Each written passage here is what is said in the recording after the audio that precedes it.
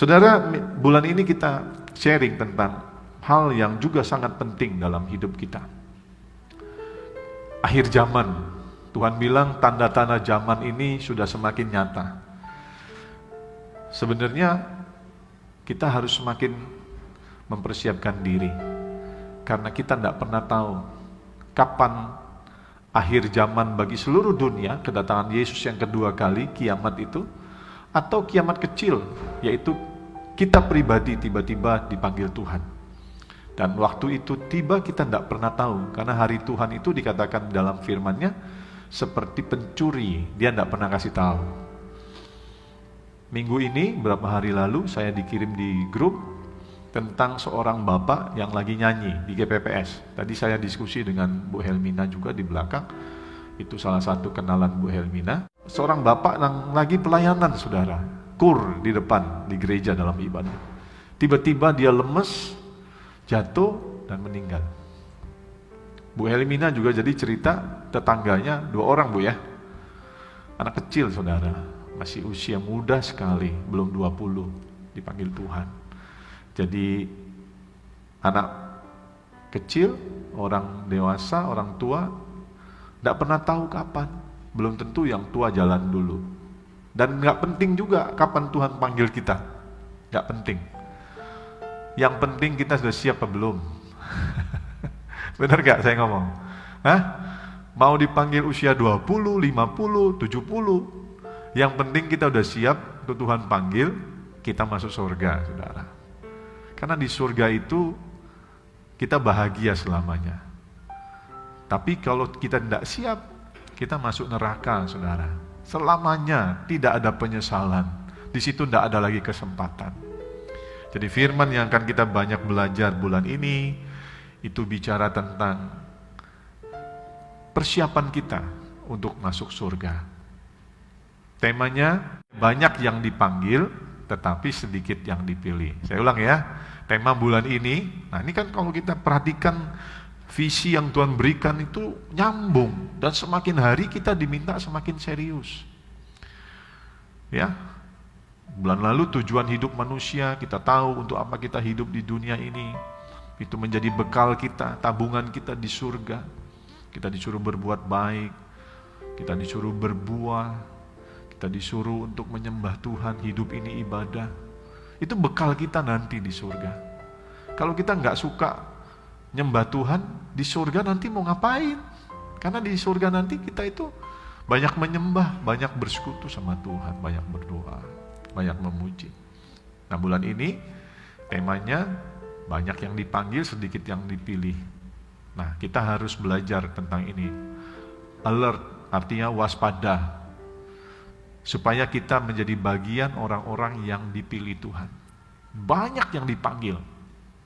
Saudara-saudara sering dengar ceritanya, saya sudah sering juga sampaikan, banyak yang dipanggil, semua dipanggil, seperti undangan raja, semua diundang untuk keperjamuan pesta anak raja. Kita juga semua dipanggil untuk keperjamuan kawin anak domba. Tapi sedikit yang dipilih. Kenapa? Karena harus ada persiapan. Amin. Tiket itu sudah diberikan. Melalui kematian Yesus di kayu salib, kita mendapatkan tiket, yaitu janji keselamatan yang kekal. Tapi tiket itu harus kita pegang dengan baik, dan harus kita pertanggungjawabkan dengan betul-betul. Mengisi hidup baru, hidup anugerah yang Tuhan berikan, dengan melakukan kehendaknya sungguh-sungguh. Tidak bisa kita santai-santai saja. Jangan sampai kita menyesal. Nah, minggu lalu saya sudah sampaikan jelas, ya, bahwa kita harus bersiap diri. Nah, minggu ini saya akan sampaikan tema yang sama, banyak yang dipanggil, sedikit yang dipilih, tetapi subtemanya jangan seperti ahli Taurat dan orang Farisi. Tujuannya supaya kita belajar ya, agar tidak menjadi seperti ahli Taurat dan orang Farisi. Kenapa? Karena Yesus nggak suka sama mereka. Bukan benci, Yesus bukan benci orangnya, benci kelakuannya. Yesus nggak pernah benci orang, tapi Yesus benci sama kelakuan orang. orang-orang berdosa, orang-orang munafik. Orang Farisi itu kita nggak boleh contoh. Kenapa? Karena mereka nggak masuk surga. Yesus sudah ngomong jelas, mereka nggak masuk surga, saudara. Nah itu kita mau belajar seperti apa mereka, supaya kita nggak contohin. Dan kita mau belajar bagaimana supaya kita tidak menjadi seperti mereka. Nah mari kita buka Matius 5 ayat 20. Ada di layar. Saudara, mari baca sama-sama dengan saya. 2, 3. Maka aku berkata kepadamu, jika hidup keagamaanmu tidak lebih benar daripada hidup keagamaan ahli-ahli Taurat dan orang-orang Farisi, sesungguhnya kamu tidak akan masuk ke dalam kerajaan surga. Yesus yang ngomong ini, saudara. Nih, akunya huruf besar. Yesus ngomong sama murid-muridnya. Dan hari ini, Yesus kembali mengingatkan saudara dan saya, umat yang dikasihinya, untuk satu hal yang harus kita perhatikan sungguh-sungguh, di mana Yesus katakan, jika hidup keagamaan saudara dan saya tidak lebih baik daripada hidup keagamaan ahli-ahli Taurat dan orang Farisi, sesungguhnya, artinya ini benar-benar nih, gak main-main. Sesungguhnya, kata Tuhan, kamu, saudara dan saya, tidak akan masuk dalam kerajaan surga. Nah ini serius, saudara, karena Yesus ngomong, sesungguhnya. Gak pakai sesungguhnya aja, kalau Yesus ngomong kita harus serius. Apalagi Yesus sampai ngomong, sesungguhnya kamu tidak akan masuk dalam kerajaan surga. Nah kalau kita mengabaikan firman yang kita dengar hari ini, nanti benar-benar gak masuk surga. Kita udah capek lah hidup di dunia ini, betul? Ya? Banyak problem, banyak masalah, banyak pergumulan, banyak beban, saudara. Lah kalau sudah di dunianya susah, sengsara, lalu masuk neraka, malangnya hidup kita, saudara. Betul nggak? Kita nih harus berjuang, saudara. Berjuang masuk surga. Masuk surga tuh harus jadi hal yang utama dalam hidup kita. Harus menjadi satu fokus, hal yang terpenting, prioritas bagi kita. Supaya masuk surga, karena kita nggak tahu berapa lama lagi kita hidup. Saya sih pingin masuk surga, saudara. Makanya saya terus melayani dan saya berusaha sekuat tenaga, berjuang, bayar harga untuk masuk surga, saudara. Ada banyak masalah, cobaan, godaan juga datang untuk membuat saya tidak masuk surga. Tapi saya tolak semuanya.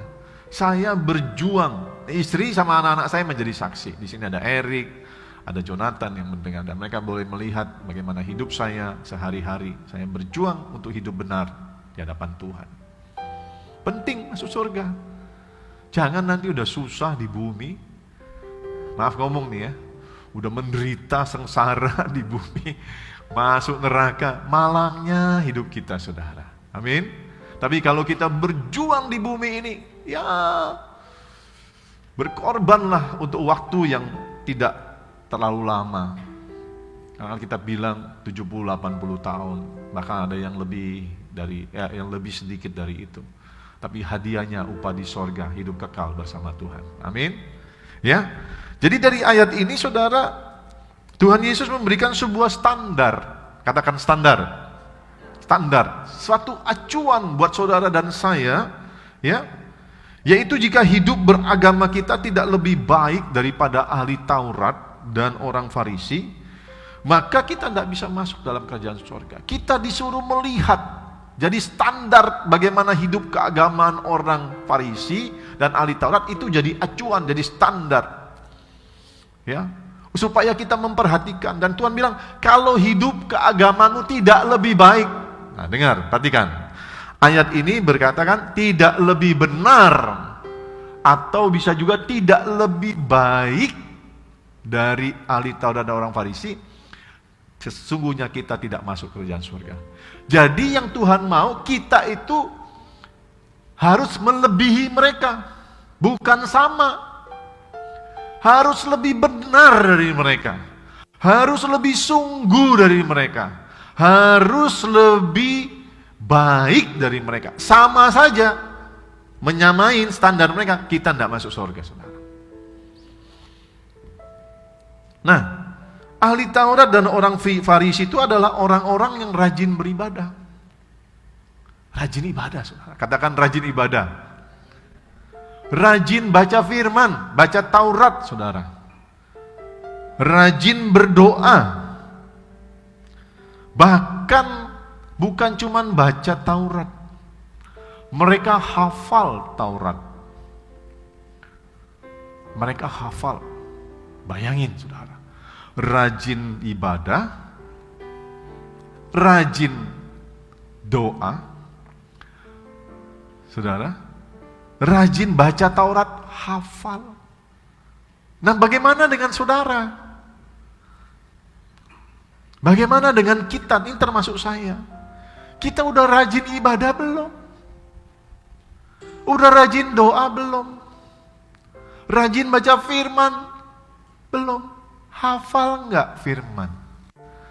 Kalau kita baru masuk ini aja, sama dengan mereka, nggak masuk surga, saudara. Nah, bukan saya yang ngomong, Tuhan yang ngomong.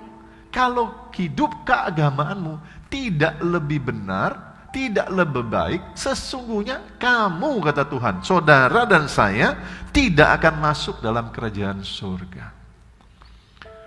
Sama saja nggak masuk. Apalagi yang malas-malas ibadah. Nah, maaf ya, saya dari awal minggu lalu udah ngomong, siap-siap bulan ini banyak ditegur firman. Nah, kalau hari ini saudara ditegur firman, berubah kalau mau masuk surga. Kecuali niatnya, ya suka-suka Tuhan lah, mau masuk surga atau neraka. Saya mau bilang bukan suka-suka Tuhan. Tuhan maunya kita masuk surga. Dia mati buat kita. Amin.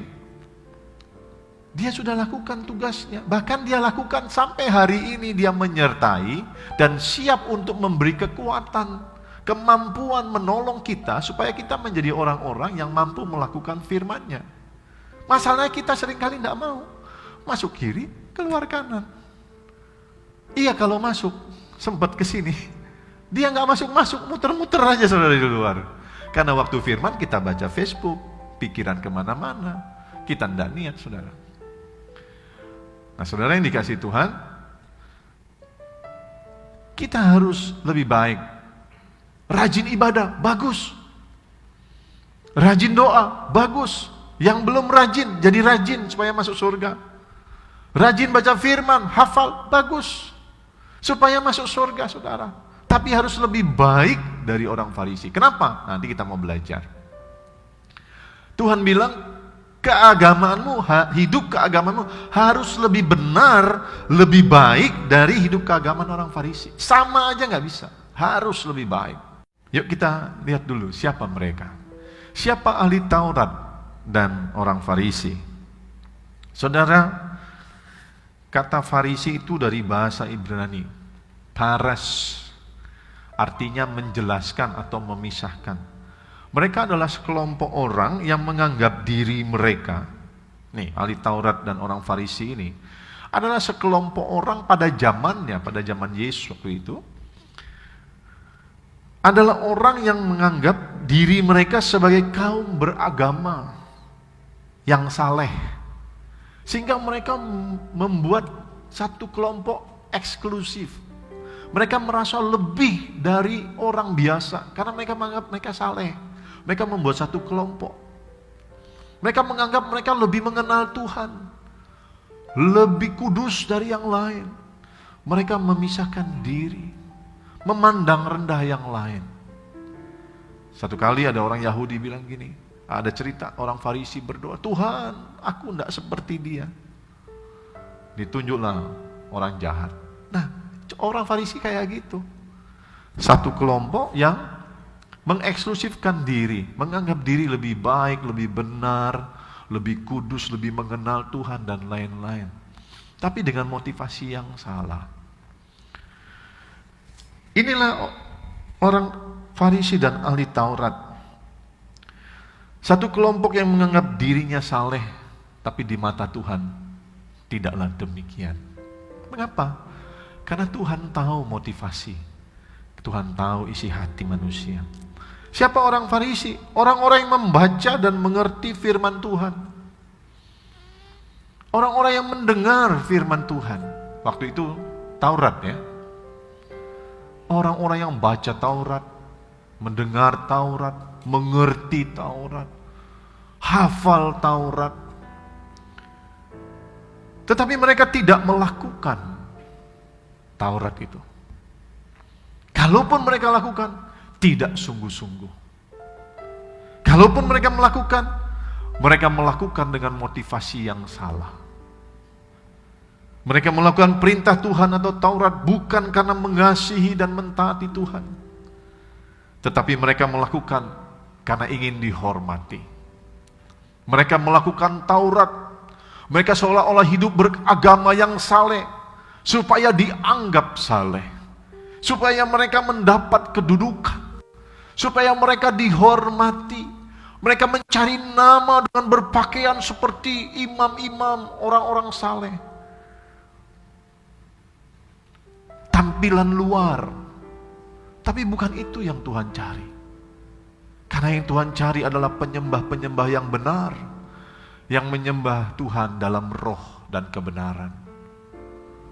Kita mengangkat tangan ketika memuji Tuhan, itu bagus, Tuhan senang. Kita memuji Tuhan dengan segenap tenaga, keluarkan suara yang nyaring, itu senang Tuhan.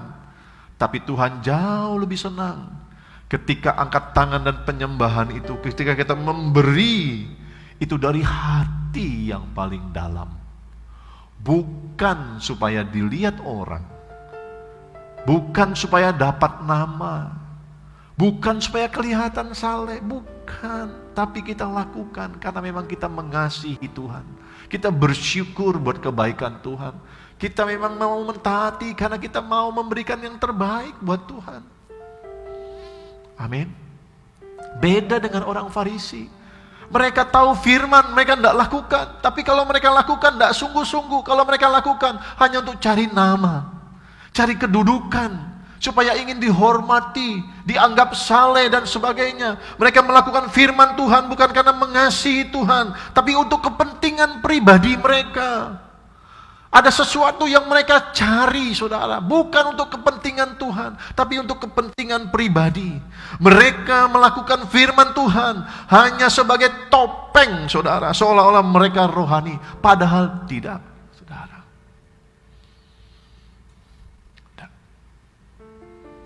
Tidak ada yang tersembunyi di hadapan Tuhan. Bagi kebanyakan manusia, mereka sepertinya bagus, tapi di hadapan Tuhan, Tuhan tahu. Itulah sebabnya dalam 1 Samuel pasal 16 kalau nggak salah, Tuhan bilang begini, manusia melihat apa yang di depan mata, tapi Tuhan melihat hati. Amin. Saudara, orang Yahudi dijadikan satu contoh supaya kita tidak mencontoh orang Yahudi. Maka Tuhan bilang, kalau hidup keagamaanmu tidak lebih baik, tidak lebih benar, tidak lebih sungguh-sungguh dari orang Farisi dan ahli Taurat, kamu tidak bisa masuk surga. Saudara, saya mau kasih tahu, maaf, satu kali berapa tahun yang lalu, Pendeta Riza Solihin, saya sudah sampaikan berapa kali di sini, dan saya setuju. Dia dari Muslim masuk Kristen, dari pendeta hamba Tuhan. Dia bilang begini, dengar ya jemaat, kalau saudara masih terlambat ke gereja, jangan mikir surga dulu deh. Perbaiki dulu kelakuanmu. Bagaimana engkau menghormati Tuhan dalam ibadah. Wah, hal sepele saudara. Tapi saya setuju. Saudara kalau terlambat sekali-sekali, saya ngerti. Tuhan gak ngerti. Tapi tiap minggu terlambat, wow, saudara tidak hormat sama Tuhan. Saudara sedang beribadah, tapi ibadah yang menurut saya, dan saya percaya Tuhan juga tidak suka yang begini. Kita aja ketemu presiden setengah jam sebelumnya kita tunggu. Amin. Saudara datang cuma lihat Facebook, tidak konsen. Saudara sedang menghina Tuhan. Saudara. Maaf ya, saya ajarin saudara yang benar. Saya kalau lagi cool, lagi komsel, saya selalu ngomong, kalau ada yang ngomong, ada yang bicara, eye contact, lihat matamu. Lihat pembicaranya, siapapun yang lagi bicara. Kadang kita lagi sharing kan, habis firman Tuhan sharing. Siapapun yang lagi bicara, lihat. Sikap, attitude, sikap tuh harus benar, saudara. Kita perhatikan yang ngomong. Ini ada yang ngomong, kita sibuk main HP. Ada yang ngomong, kita nulis-nulis, gak perhatikan, pikirannya kemana-mana. Kita sedang berlaku tidak menghargai yang bicara. Lebih baik kita gak hadir di situ daripada jadi sandungan. Bikin kesel yang ngomong.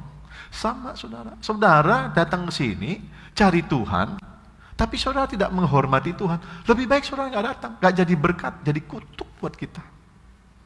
Amin. Sikap yang benar dalam beribadah itu penting, saudara. Supaya kehadiran kita menyenangkan hati Tuhan. Kehadiran kita, pujian penyembahan kita berkenan di hadapannya. Nah, orang Farisi enggak ngerti itu, bukan enggak ngerti. Maaf, saya tarik ngomongan saya ralat. Bukan enggak ngerti, tapi bebal. Tidak mau berubah. Bebal itu udah tahu yang harus dilakukan, tidak mau berubah. Itu terus dilakukan, itu bebal. Dan Tuhan paling gak suka sama orang bebal. Baca Amsal, berkali-kali Tuhan bilang gini, jangan jadi orang bebal. Jadilah umat yang ketika dengar firman, ya Tuhan, aku mau berubah. Aku mau berubah, kita berubah saudara. Tuhan tolong kita berubah, amin. Saya hanya menyampaikan apa yang baik. Bagaimana kita mengikut Tuhan dengan benar. Nah, saudara, itulah orang Farisi yang Tuhan katakan, jangan seperti mereka. Sama aja hidup keagamaan kita, rajin ibadah, baca firman, rajin doa, belum bisa. Karena ada hal yang Tuhan mau lihat di balik kegiatan-kegiatan keagamaan seperti doa, ibadah, baca firman, dan lain-lain. Karena Tuhan lebih melihat kepada motivasi hati kita di dalam melakukan semuanya. Jadi yang pelayanan ini, yang melayani, yang ikut ibadah, bereskan hati kita dulu. Bahwa aku beribadah memang aku mau cari Tuhan. Aku beribadah bukan karena Pak Ferry, cari-cari nanti dimarahin Pak Ferry. Bukan. Saudara kesini, saudara harus cari Tuhan. Tuhan yang harus dicari. Tuhan yang harus disenangkan. Tuhan yang harus dimuliakan. Betul? Bukan karena gak enak sama suami, gak enak sama istri, gak enak sama papa, mama, sama gembala. Bukan, saudara. Tapi harus dari hati bahwa saudara lakukan semua karena engkau mengasihi Tuhan. Makanya ada firman katakan begini, apapun yang kamu lakukan, lakukanlah seperti untuk Tuhan, bukan untuk manusia. Itu yang benar, saudara. Amin. Ya, itu yang benar. Nah, Yesus tahu orang Farisi seperti apa. Yesus tahu seperti apa ahli Taurat, saudara. Itulah sebabnya Yesus tidak suka sama mereka. Bukan benci orangnya, Yesus benci kelakuan mereka, cara hidup mereka, cara beragama mereka. Yesus nggak suka, saudara.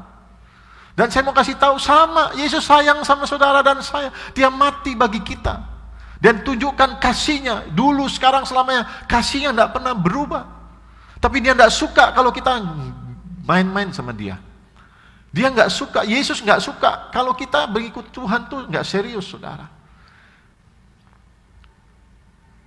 Karena kasihnya lah dia terus mengingatkan kita, menuntun kita, menyertai kita sampai hari ini. Dan kalau hari ini keras, karena Yesus juga sayang sama kita.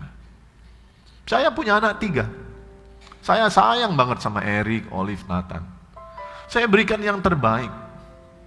Kalau mereka salah, saya tegur. Belum mau berubah, saya tegur lebih keras sampai berubah. Bukan karena saya benci, nggak mungkin saya benci anak-anak saya. Tapi karena saya sayang dan saya ingin berikan yang terbaik buat mereka. Tuhan juga demikian sama saudara dan saya. Amin. Kalau hari ini saudara dengar firman, buka hati saudara, rendahkan hati di hadapan Tuhan. Tuhan, koreksi aku. Koreksi saudara. Firman Tuhan berkata, lebih dari persembahan korban bakaran dan korban apa tuh? Sembelihan. Ada firmannya saudara. Tuhan bilang begini, lebih daripada korban bakaran dan korban sembelihan, yang Tuhan cari adalah hati yang hancur di hadapan Tuhan. Artinya apa? Hati yang mau diremukkan oleh Tuhan. Hati yang kalau dengar teguran Tuhan berkata, ya Tuhan, aku mau berubah. Ampuni aku, urapi aku supaya aku hidup berkenan sama Tuhan. Hati yang subur, yang ditanam firman Tuhan, berakar, bertumbuh, berbuah, dan buahnya itu menyenangkan hati Tuhan. Amin. Itu yang Tuhan cari dari kita. Saudara, percuma ke gereja tiap minggu kalau dengar firman masuk kiri keluar kanan. Percuma, saudara, gak ada gunanya. Ke gereja simpan sakit hati, padahal udah tahu firman Tuhan bilang gini, waktu engkau datang bawa persembahan kepada Tuhan, periksa dulu hatimu. Kalau ada ganjalan, pulang dulu kata Tuhan, bereskan dulu sama orang itu, selesaikan, baru datang bawa persembahan dan itu diterima Tuhan. Tapi saudara ngotot kan, simpan, datang kepada Tuhan, oh haleluya, saudara pikir Tuhan terima? Enggak. Saya mau bilang Tuhan enggak terima. Itu persembahan yang tidak kudus di hadapan Tuhan. Kenapa? Ada dosa di situ. Dosa menjauhkan kita dari Tuhan. Dosa memisahkan kita dari Tuhan. Sehingga ketika engkau bawa persembahan, tapi hatimu tidak benar, mau guling juga tidak ada gunanya, saudara. Amin. Bereskan hati. Hati yang bersih, mengasihi Tuhan, siap ditegur, yang mau berubah. Itu yang Tuhan cari. Lebih dari korban bakaran dan korban sembelihan. Aku lebih menyukai hati yang hancur di hadapanku, kata Tuhan. Saudara, Tuhan tahu seperti apa ahli Taurat dan orang Farisi. Makanya Tuhan kasih tahu sama kita, jangan contohi mereka. Hari ini saya mau kasih tahu hal yang sama. Jangan jadi Farisi, saudara. Jangan jadi ahli Taurat. Dengar firman, tahu firman, hafal firman, tapi tidak mau lakukan. Kalau lakukan juga, bukan karena Tuhan, tapi karena kepentingan sendiri. Jangan, saudara. Cukup banyak orang Kristen seperti itu. Dan kalau itu saudara, berubah. Amin. Mari kita lihat apa yang Tuhan Yesus katakan tentang orang Farisi. Saudara bisa baca, saya bacakan. Matius pasal 23, ayat yang pertama sampai yang ke-7. Maka berkatalah Yesus kepada orang banyak dan kepada murid-muridnya, kata Yesus, ahli-ahli Taurat dan orang-orang Farisi telah menduduki kursi Musa. Sebab itu turutilah dan lakukan segala sesuatu yang mereka ajarkan. Ternyata ahli Taurat ini mereka nggak cuma tahu, mereka masuk pada posisi yang tinggi. Mereka sebagai pengajar, mereka sebagai pengkhotbah, pembicara, mereka sebagai guru, saudara. Lalu Yesus katakan, turuti dan lakukan segala sesuatu yang mereka ajarkan. Perhatikan, yang mereka ajarkan. Kenapa? Yang diajarkan adalah Taurat, itu baik. Yang diajarkan firman Tuhan. Tetapi, kata Tuhan Yesus, jangan kamu turuti perbuatan-perbuatan mereka. Jangan kamu turuti tindakan mereka, kelakuan mereka. Jangan kamu turuti cara hidup mereka. Karena mereka mengajarkannya tetapi tidak melakukannya. Saya tambahin, kalaupun mereka lakukan, bukan karena mengasihi dan mentaati Tuhan, tapi punya kepentingan-kepentingan supaya dihormati, ada kedudukan, dianggap saleh, ada kepentingan-kepentingan pribadi, saudara. Mereka mengikat beban-beban berat lalu meletakkannya di atas bahu orang, tapi mereka sendiri tidak mau menyentuhnya. Semua pekerjaan yang mereka lakukan hanya dimaksud supaya dilihat orang. Mereka memakai tali sembahyang yang lebar dan jubah yang panjang. Mereka suka duduk di tempat terhormat dalam perjamuan dan di tempat terdepan di rumah ibadat. Mereka suka menerima penghormatan di pasar dan suka dipanggil rabi. Jelas sekali Tuhan kasih lihat sama murid-murid dan orang banyak. tentang ahli Taurat dan orang Farisi, Tuhan bilang, kamu boleh lakukan apa yang mereka ajarkan, karena itu kebenaran firman Tuhan. Tapi jangan contoh hidup mereka, kelakuan mereka, cara mereka melayani, cara mereka mengikut Tuhan, tindakan mereka, jangan kamu ikutin, kata Tuhan. Karena mereka hanya mengajar tapi tidak melakukan. Kalaupun melakukan, bukan karena mengasihi Tuhan. Mereka suka duduk di tempat terdepan, di tempat-tempat terhormat, supaya dianggap hebat, supaya dianggap saleh. Mereka suka pakai pakaian seperti imam, supaya dianggap saleh. Mereka suka dipanggil rabi. Saudara,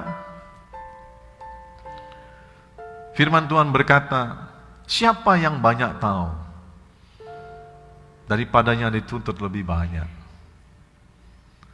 Kita banyak dengar firman, bagus, karena itu yang Tuhan mau. Semakin kita mengenal firman, kita mengenal Tuhan. Tapi waktu kita mendengar firman, di situ ada tanggung jawab yang Tuhan minta. Amin. Yaitu kita melakukannya. Semakin kita mengenal firman, ada tanggung jawab di situ, saudara. Kita harus melakukannya. Inilah yang Yesus katakan tentang orang Farisi dan ahli Taurat. Jangan ikutin mereka, yang sudah kita bahas tadi, saudara. Bahkan, saudara, dalam Matius pasal 23, perhatikan saya nih. Matius pasal 23 berkali-kali, yaitu di ayat 13, ayat 14, ayat 15, ayat 23, ayat 25, ayat 27, ayat 29, 7 kali. Yesus mengatakan hal yang sama. Yesus mengecam orang Farisi dan ahli Taurat dengan sebutan yang sama. Nanti pulang baca, saudara. Saya ambil satu saja, karena semua panjangan. Di ayat 27, ayat 27, 28. Ini semua sama Yesus ngomong. Celakalah kamu, hai ahli-ahli Taurat dan orang-orang Farisi. Hai kamu orang-orang munafik, kata Tuhan Yesus kepada mereka. Sebab kamu sama seperti kuburan yang dilabur putih, yang sebelah luarnya memang bersih, tetapi yang sebelah luarnya memang bersih tampaknya, tetapi yang sebelah dalamnya penuh tulang belulang dan pelbagai jenis kotoran. Demikian jugalah kamu, di sebelah luar kamu tampaknya benar di mata orang, tetapi di sebelah dalam kamu penuh kemunafikan dan kedurjanaan. Kalau kita suka belajar bahasa Indonesia, kalimat ini keras sekali, saudara. Kalimat ini bukan cuman keras, tajam, menusuk, menyinggung perasaan, kasar, bahkan bisa katakan kasar, betul nggak? Sepertinya seperti itu. Tapi bayangin, ini keluar dari mulut Yesus. Ketika Yesus ketemu orang Yahudi, ketemu orang Farisi dan ahli Taurat, 7 kali Yesus ngomong hal seperti ini. Celakalah kamu ahli Taurat dan orang-orang Farisi, hai kamu orang-orang munafik, kata Tuhan. 7 kali. Yang saya bacain ini yang ketujuhnya, saudara. Diulang 7 kali, Yesus kecam mereka. Kamu munafik, kata Tuhan. Pertanyaannya, kok bisa ya? Yesus yang katanya penuh kasih, itu sampai keluarin kata-kata seperti ini kepada ahli Taurat dan orang Farisi. Kok Yesus bisa marah begitu, kesal, geram begitu sama mereka. Bahkan di ayat 33 di bawahnya, kita baca sama-sama lagi ya, itu lebih kasar lagi, saudara. Dikatakan, hai kamu ular-ular, hai kamu keturunan ular beludak, kata Tuhan. Bagaimana mungkin kamu dapat meluputkan diri dari hukuman neraka? Wow, ini paling keras ini. Dikatakan kamu ular, keturunan ular beludak. Dan Tuhan jelas, bagaimana mungkin, jelas itu mustahil kamu luput dari hukuman neraka. Dan hari ini, firman yang sama diberikan buat saudara dan saya. kalau hidup kita dalam beragama, dalam ikut Tuhan, sama kayak orang Farisi, saudara. Tuhan bilang munafik, ular beludak, keturunan ular beludak, dan kita nggak masuk surga, saudara. Nah, kita dengar ini mungkin nggak enak, saudara. Tapi sikap yang benar adalah bukan kita benci Tuhan, lalu bilang kok Tuhan begini, Tuhan. Enggak. Mari kita introspeksi hidup kita. Mari kita mereview lagi, mengingat lagi. Introspeksi, aku ikut Tuhan selama ini seperti apa? Apakah seperti orang Farisi atau enggak? Kalau ternyata saudara menemukan diri saudara seperti orang Farisi, bertobat supaya masuk surga. Amin. Bukan malah enggak ke gereja, bukan malah benci sama Pak Ferry pembicara. Enggak, saya sampein firman Tuhan kok. Ini firman kok, ada di Alkitab. Buat saya juga. Kalau saya ngomong, saya punya saksi istri, anak-anak saya. Saudara boleh tanya saya, gimana papi di gereja? Gimana papi di rumah? Nah, saudara harus tanya, introspeksi sama istri, sama suami, sama anak. Saya berapa kali dalam setahun saya kumpulin anak-anak sambil makan. Coba kasih tahu kekurangan papi apa. Berani nggak bapak-bapak ngomong gitu sama anaknya? Ibu-ibu, berani nggak ngomong sama anak? Kasih tahu, papi kurangnya apa sama di hadapan kamu? Dan siap dikoreksi dan siap berubah. Amin. Itu yang Tuhan mau, punya kerendahan hati, mau dibentuk oleh firman. Dan saya mau kasih tahu, Yesus ngomong begini karena Yesus tuh geram, saudara. Yesus sayang kita semua. Semua manusia, termasuk Yesus mengasihi orang Farisi dan mengasihi juga ahli Taurat, sama. Karena firman berkata, bahkan dia mengasihi kita, kita masih berdosa. Tapi Yesus punya porsi yang lain buat mereka. Kenapa? Karena Yesus tahu mereka ini sebenarnya bukan lagi bayi rohani. Mereka ini sudah tahap pengajar, ahli, disebut ahli Taurat, saudara. Mereka mengerti firman, mereka tahu, mereka hafal, tapi mereka bebal, saudara. Nah, kalau kita bebal, saudara, yaitu teguran yang sangat keras akan Tuhan berikan buat kita. Teguran itu kan macam-macam. Ada pertama dinasehatin, betul ya? Dihimbau, ya, agak keras lagi, diingatkan konsekuensinya, baru teguran yang keras. Nah, ini yang paling keras. Kenapa? Karena mereka, Tuhan tahu, mereka ini bebal, merasa diri benar, tidak ada yang perlu diperbaiki, merasa diri sudah saleh sekali, udah benar banget, udah oke banget. Nah, kalau kalian, saudara, merasa seperti itu, ada yang gitu, oh aku tidak perlu berubah, itu kan buat istriku, itu buat suami, itu kan buat dia, itu saudara Farisi. Tapi kalau saudara punya hati yang baik, oh iya Tuhan, aku mau merenung. Karena itu, saudara, setiap kali, setiap waktu lah kita tuh harus merenung. Sebenarnya aku nih ikut Tuhan tambah serius enggak? Tambah sungguh-sungguh enggak? Betul kan? Setiap malam, setiap waktu kita introspeksi hidup kita sama Tuhan. Saudara yang dikasihi Tuhan, Yesus berkata demikian karena Yesus tahu siapa orang Farisi dan sudah pada tahap yang paling berat ini orang Farisi dan ahli Taurat. Kenapa? Mereka tahu apa yang harus dilakukan, tapi mereka tidak mau berubah.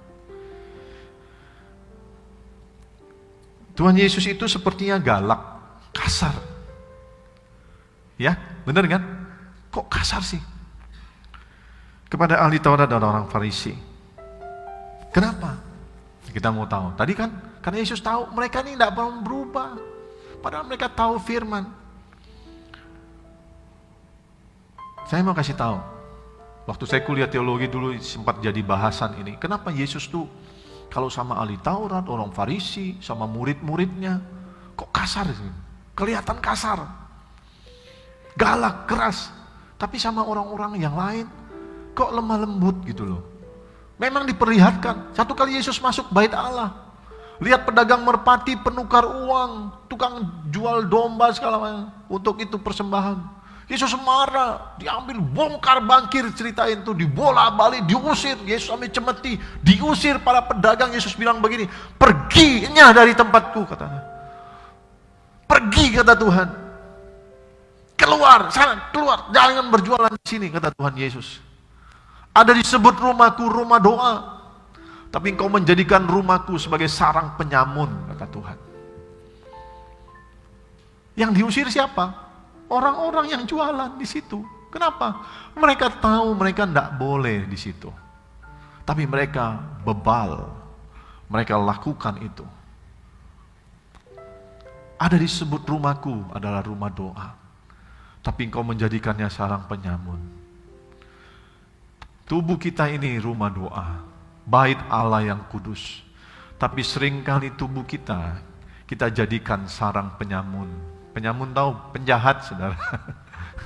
Hal-hal yang buruk kita masukkan dalam hati, dalam hidup kita. Kita kerjakan, kita lakukan. Kita masukkan sakit hati, pornografi, kebencian, penipuan, perzinahan, dan lain-lain. Kita tahu itu tidak benar, tapi kita masih simpan. Dan kita masih dengan rasa tidak bersalah, kita beribadah, kita melayani Tuhan. Itu yang Tuhan marah. Kesal Tuhan, ini orang kok tidak bisa menunjukkan sikap hormat sama Tuhan. Saudara kalau masih suka pornografi, tidak usah ibadah deh. Matiin dulu tuh keinginannya. Ya, oke ya, janji ya. Kalau masih suka pornografi, suka nonton film porno di HP, di laptop, tolong matiin dulu tuh, tidak usah ibadah. Karena saudara pulang nonton pornografi, minggu ke gereja, saudara menghina Tuhan. Yang masih simpan sakit hati, ini firman Tuhan, tidak usah ibadah. Beresin dulu, sudah beres baru ibadah, itu yang diterima Tuhan. Setuju ya? Ini benar, ini firman, bukan saya yang ngomong, saudara. Jangan jadi orang Farisi, udah tahu nggak boleh, masih dikerjain, lalu dengan sikap tanpa bersalah, seolah-olah itu penyembahan kepada Tuhan. Mereka ngajar, mereka doa, mereka baca firman, baca Taurat. Tuhan benci sama yang seperti itu. Jadi Tuhan itu sebenarnya lemah lembut. Waktu dia ketemu sama perempuan Samaria, seorang pendosa, dia ngomong baik-baik, lemah lembut, dikasih air kehidupan, dinasehati. Waktu dia ketemu perempuan yang ketahuan berzina dan mau dirajam, dia selamatkan perempuan itu. Dia nggak maki-maki, kamu penjina, pelacur, enggak. Dengan kasihnya Tuhan bilang, ceritanya tahu ya, banyak orang mau rajam, lalu Tuhan kasih garis. Tuhan bilang siapa yang tidak berdosa, dia dulu yang boleh merajam. Karena semuanya berdosa, semuanya pulang. Tidak ada yang berani rajam. Lalu Tuhan datangi perempuan itu. Tuhan dengan kasih berkata, aku pun tidak akan menghukum engkau. Pergilah dan jangan berbuat dosa lagi. Begitu penuh kasihnya Tuhan terhadap orang-orang seperti itu. Tapi terhadap orang-orang yang tahu firman, tahu kebenaran, tapi tidak melakukannya, atau melakukan tapi tidak dengan motivasi yang benar, Tuhan marah. Saudara pernah dengar cerita di Matius pasal 16 ayat 21-24. Tolong Joshua. Matius 16 ayat 21-24. Satu kali Yesus kumpul sama murid-muridnya. Lalu Yesus mulai cerita bahwa satu hari kelak dia akan ditangkap, dianiaya dan dibunuh oleh ahli Taurat dan orang-orang Farisi. Lalu pada hari ketiga Yesus katakan, aku juga akan bangkit. Tuh ya, sudah bisa baca. Yesus sudah kasih tahu rencana yang Bapa akan nyatakan bagi umat manusia melalui Yesus yang adalah Allah yang menjadi manusia, yang disebut juga dengan anak Allah, untuk menyelamatkan manusia, untuk menebus dosa manusia melalui kematian dan kebangkitannya di kayu salib. Yesus sedang menceritakan tentang rencana besar Allah bagi umat manusia. Dia kasih tahu nanti aku akan dibunuh oleh ahli Taurat, orang Farisi. Aku akan mati, disalib dan bangkit pada hari ketiga. Tapi di situ dikatakan di ayat yang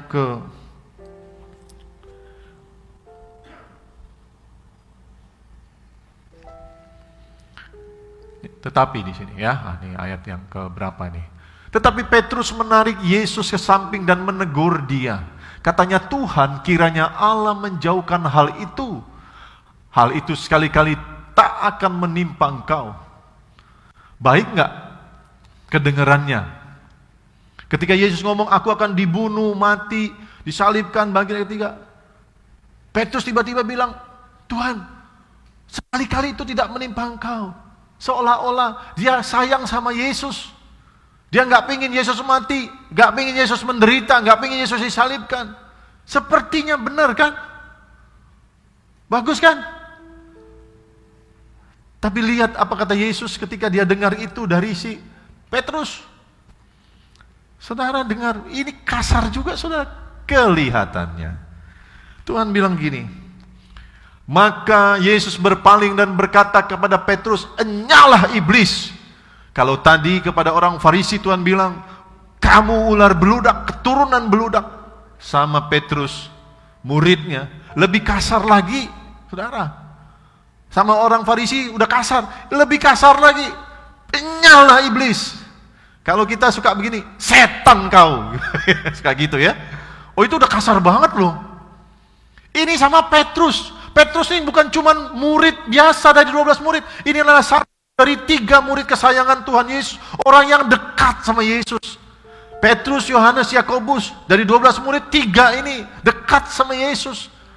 Ketika dia ngomong sepertinya baik, dia bilang, nyala kau setan, iblis, pergi kau, kata Tuhan. Enggak pakai basa-basi saudara, pergi kau setan, kata Tuhan. Engkau suatu batu sandungan bagiku. Kasar saudara, kalau kira-kira Tuhan ngomong gitu. Engkau suatu batu sandungan bagiku, sebab engkau bukan memikirkan apa yang dipikirkan Allah, melainkan apa yang dipikirkan manusia. Saudara tahu kenapa Yesus marah? Saya kasih tahu. Karena Yesus tahu isi hati Petrus. Karena Yesus tahu isi otaknya Petrus. Karena Yesus tahu motivasinya Petrus. Dia bukan cinta Tuhan waktu dia ngomong begitu. Dia nggak mengasihi Tuhan waktu dia ngomong begitu. Itu semua untuk kepentingan dia, saudara. Karena dia tahu kalau nggak ada Yesus dia susah.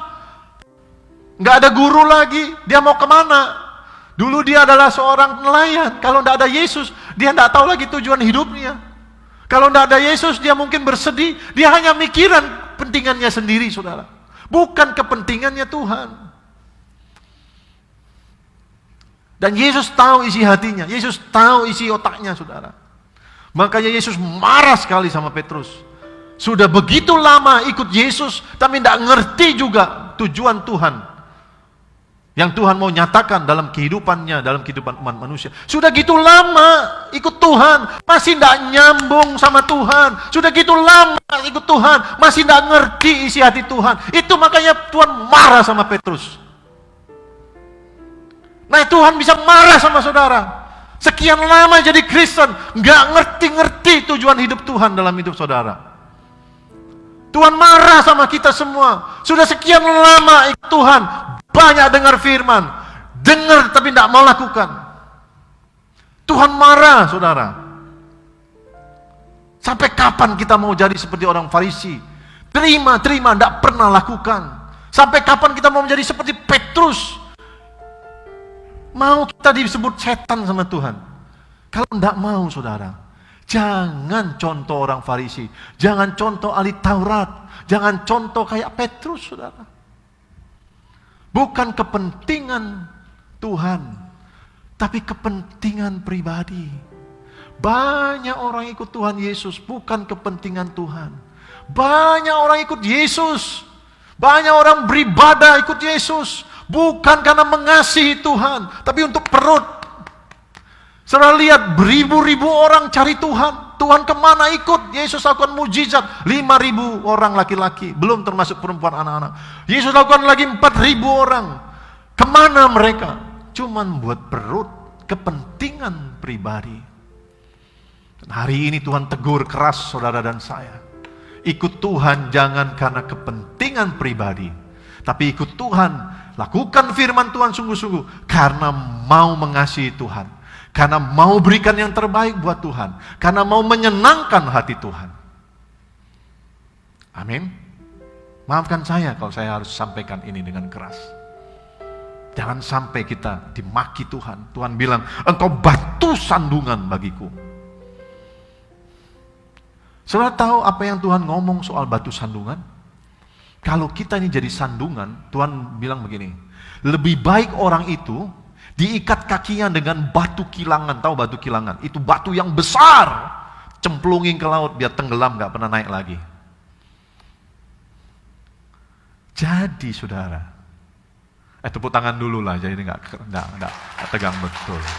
Saya tidak sedang marah saudara, saya sedang menyampaikan firman Tuhan. Agak keras, biar gigit saudara. Kalau makan soto itu katanya nendang pak rasanya gitu ya. Ya, senyum dulu, senyum. Bilang I'm okay. Ya, itu tangannya begini dulu. Bilang I'm okay. Aku siap ditegur, firman Tuhan bilang. Saudara, kita tidak boleh jadi batu sandungan. Sandungan tuh kira-kira gini. Katanya orang Kristen, tapi hidupnya nggak kayak orang Kristen ya. Itu sandungan saudara. Amin. Katanya hamba Tuhan, tapi hidupnya kok ngaco gitu ya. Nah itu bikin orang nyandung saudara, tersandung. Ya, itu tersandung saudara. Katanya Kristen, kayak rajin gereja, tapi sama istri kasar banget. Tapi sama suami ngelawan terus. Sandungan saudara. Katanya orang Kristen, tapi gak punya kasih. Itu sandungan saudara. Berubah ya. Jangan sampai jadi sandungan. Amin. Ya, jangan kayak orang Farisi, ahli Taurat, jangan kayak Petrus ya. Walaupun nanti Petrus bertobat dan itu menjadi suatu berkat buat kita. Haleluya. Oke, kita lanjut ya. Saudara, Tuhan tuh tidak bisa dibohongin, saudara. Tuhan tuh tidak bisa dibohongin. Dia tahu seperti apa kita, isi hati kita, hidup kita, perbuatan-perbuatan kita di tempat gelap, rencana kita. Dia tahu semua, tidak ada yang bisa ditutupin. Sehingga jangan jadi orang Farisi, tidak ada gunanya, kita tidak bisa bohongin Tuhan. Firman Tuhan bilang begini, tetapi Yesus sendiri tidak mempercayakan dirinya kepada mereka. Pada siapa? Kepada manusia. Karena ia mengenal mereka semua. Siapa? Manusia. Dan karena tidak perlu seorang pun memberi kesaksian kepadanya tentang manusia. Ayo kita baca sama-sama yang paling bawah. 2, 3. Sebab ia tahu apa yang ada di dalam hati manusia. Jadi saudara, tidak perlulah kita berpura-pura. Lakukan, alami, karena memang kita mengasihi Tuhan, mencintai Tuhan. Karena kita memang mau mengasihi sesama kita. We love God and we love the people. Kita mengasihi Tuhan, kita mengasihi manusia. Kita melayani, gak perlu kita berpura-pura, layani dengan tulus. Amin. Ya. Tuhan mengenal kita. Dan biar dia menemukan setiap kita memiliki hati yang mencoba selalu memberikan yang terbaik buat Tuhan.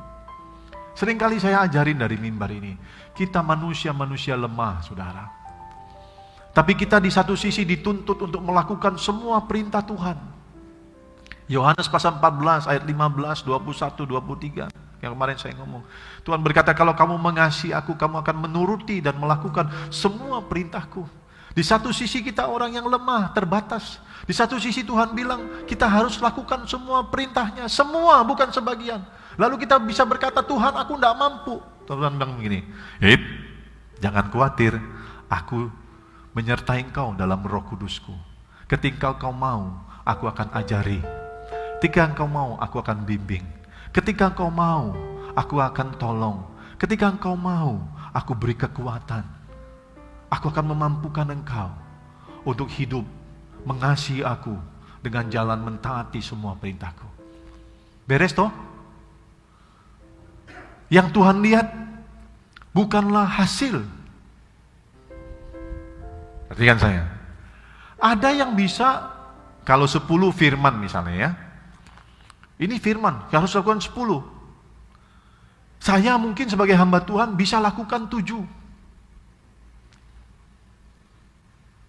Maksimal saya sudah lakukan dengan sungguh-sungguh, yang terbaik, berusaha sungguh-sungguh, dapat 7. Tuhan bilang bagus, walaupun ada 10. Kenapa? Saya sudah lakukan semaksimal mungkin. Dan saya akan belajar lagi di waktu mendatang, supaya bisa lakukan yang ke-8, lakukan yang ke-9. Ada anak-anak, dia juga belajar untuk lakukan sungguh-sungguh, berusaha sekuat tenaga, dia baru bisa lakukan 4. Tapi Tuhan tahu hatinya, dia sudah sungguh-sungguh, dia sudah berjuang dengan sungguh-sungguh, dia bisa lakukan 4. Masih ada 6 yang belum, nilainya sama dengan saya. Kenapa? Yang Tuhan lihat hati, dia sudah berusaha lakukan sungguh-sungguh. Tapi ada satu lagi hamba Tuhan, dia bisa lakukan 7, tapi dia nggak sungguh-sungguh, dia asik-asik aja, dia suka-suka aja ikut Tuhan, dia cuma lakukan 4. Dan Tuhan bisa lihat hatinya. Tuhan lihat hati saudara. Engkau bisa lakukan 7, engkau cuma lakukan 5. Lalu engkau sudah bilang sama gembala, aku sudah berusaha loh Pak, berusaha sungguh-sungguh. Tapi saudara tidak bisa bohongi Tuhan. Tuhan tahu kesungguhan hati kita.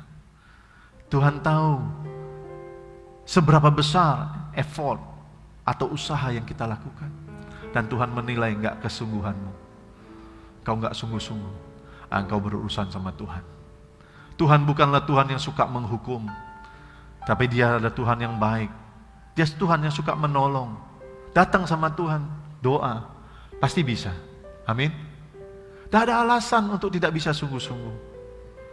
Kalau Tuhan tahu kita tidak mungkin Tuhan suruh. Tapi Dia siapkan jalan keluar. Dia kirim seorang penolong yang memampukan kita untuk ikut Tuhan sungguh-sungguh. Amin. Amin. Tepuk tangan buat Tuhan, saudara. Nah, yang terakhir, saya kasih solusi. Sikap dan tindakan apa yang Tuhan inginkan dari kita dalam mengikuti Dia, supaya kita nggak jadi orang munafik, saudara. Seperti orang Farisi dan ahli Taurat. Kita harus mengasihi Tuhan sungguh-sungguh. Ini solusinya, simple aja, nggak ada. Saya kasih satu kunci aja, supaya kita nggak jadi munafik seperti orang Farisi dan ahli Taurat. Kita perlu mengasihi Tuhan, harus. Ayo baca firman-Nya, 23. Jawab Yesus kepadanya, kasihilah Tuhan Allahmu dengan segenap hatimu, dan dengan segenap jiwamu, dan dengan segenap akal budimu. Itulah hukum yang terutama dan pertama. Dan hukum yang kedua yang sama dengan itu ialah, kasihilah sesama manusia seperti dirimu sendiri. Ini tuntunan Tuhan. Supaya kita nggak jadi orang Farisi, tidak munafik. Waktu kita mengasihi Tuhan sungguh-sungguh dengan segenap hati, dengan segenap jiwa, dengan segenap akal budi, dengan segenap kekuatan kita, saya percaya kita nggak mungkin jadi orang munafik, saudara. Waktu kita mengasihi Tuhan, kita dengar firman-Nya, karena firman Tuhan berkata, kalau kamu mengasihi aku, kamu pasti taat sama aku. Waktu kita mengasihi Tuhan, kita dengar firman-Nya, kita sulit melakukan, tapi kita berusaha sungguh-sungguh, dan Tuhan mengurapi, kita lakukan firman-Nya. Waktu kita mengasihi Tuhan, harus berkorban waktu, berkorban tenaga, capek pulang kerja, harus melayani, capek pulang OT, harus ke gereja, mestinya tidur, saudara bangun. Karena saudara mengasihi Tuhan, saudara mau berikan yang terbaik buat Tuhan, saudara mau menyenangkan hati Tuhan, saudara bangun ke gereja, gak mau terlambat, saudara datang sungguh-sungguh. Karena mengasihi Tuhan. Karena saudara mengasihi Tuhan, saudara tahu itu tidak boleh, saudara ingin, daging saudara butuh, daging saudara pingin lakukan itu. Hawa nafsu saudara mendorong saudara lakukan itu. Tapi karena saudara mengasihi Tuhan, saudara tahu Tuhan melihat apa yang aku buat. Saudara tidak mau kecewakan Tuhan. Aku tidak mau lakukan itu. Karena aku mengasihi Tuhan, aku tidak mau bikin Tuhan marah. Aku tidak mau bikin Tuhan kecewa. Aku tidak lakukan dosa. Karena mengasihi Tuhan, saudara. Kalau saudara mengasihi Tuhan, saudara gak mungkin kasih yang separuh-separuh buat Tuhan. Saudara pasti mau kasih yang terbaik buat Tuhan. Amin. Kalau saudara mengasihi Tuhan, pasti saudara gak mau kecewain Tuhan, gak mau mendukakan Tuhan. Kalau saudara mengasihi Tuhan, pasti saudara mau berikan yang terbaik. Saudara mau taat lakukan firman, saudara mau menyenangkan hati Tuhan. Itu kuncinya mengasihi Tuhan, saudara. Kasihi Tuhan dengan segenap hatimu, jiwamu dan akal budimu. Kasihi Tuhan. Pak, bagaimana tak? Kayaknya aku ini susah mengasihi Tuhan. Ya gimana saudara mau mengasihi Tuhan? Gaul sama Tuhan aja enggak. Orang dunia aja tahu, tak kenal maka tak sayang. Gimana mau sayang sama Tuhan? Gimana mau kagum sama Tuhan? Gimana mau mengasihi Tuhan? Intim sama Tuhan aja enggak, doa jarang, baca firman jarang, enggak kenal firman. Gimana mau mengasihi Tuhan? Disuruh doa unity enggak mau. Sibuk kerja, cinta uang. Kalau dibilang cinta uang tersinggung. Lebih suka nonton drama Korea. Lebih jelas kan saya ngomong. Saya nggak sedang menghakimi saudara, saya membuka fakta kehidupan orang Kristen supaya kita berubah, saudara. Doa lebih intim sama Tuhan, berjalan sama Tuhan, baca firman-Nya, banyak ngomong sama Tuhan, semakin kenal Tuhan. Saya percaya saudara semakin mengasihi Tuhan, semakin saudara intim sama Tuhan, semakin kenal Tuhan, saudara makin kagum sama Tuhan. Karena Dia baik, Dia sangat baik. Amin. Amin. Mau mengasihi Tuhan? Ayo dekat sama Tuhan. Tak kenal, tak sayang, saudara. Saya semakin mencintai istri saya. Dengan bangga, ulang-ulang saya selalu ngomong. 8 tahun saya pacaran, 26 tahun menikah, 30 tahun saya kenal Bu Dewi. 2/3 dari saya. Dulu saya kawin sama Bu Dewi. Tapi sekarang makin sayang. Saya makin sayang, makin cinta. Kenapa? Semakin kami berjalan bersama, saya semakin mengenal istri saya, semakin saya. Karena dia adalah pribadi yang makin saya lihat pribadi yang baik. Pribadi yang betul-betul baik, sayang sama kami, sama suami dan anak. Nah sama Tuhan lebih lagi, saudara. Makin kita kenal Tuhan, makin kita cinta Tuhan. Amin. Makin kita cinta Tuhan, makin kagum, makin kita ingin menyenangkan hatinya, makin kita ingin dekat sama Dia. Di dalam kasih, dalam kasih tidak ada kepura-puraan. Amin. Kasih itu tidak pura-pura. Jadi waktu kita mengasihi Tuhan, tidak mungkin kita jadi orang munafik. Kita tidak mungkin jadi seperti orang Farisi. Amin. Karena itu pesan Tuhan hari ini, jangan jadi orang Farisi dan ahli Taurat, jangan munafik, jangan pura-pura, tapi hiduplah sebagai orang yang mengasihi Tuhan, sehingga betul-betul kita melakukan semuanya, karena memang kita mengasihi Tuhan. Amin. Tepuk tangan buat Tuhan.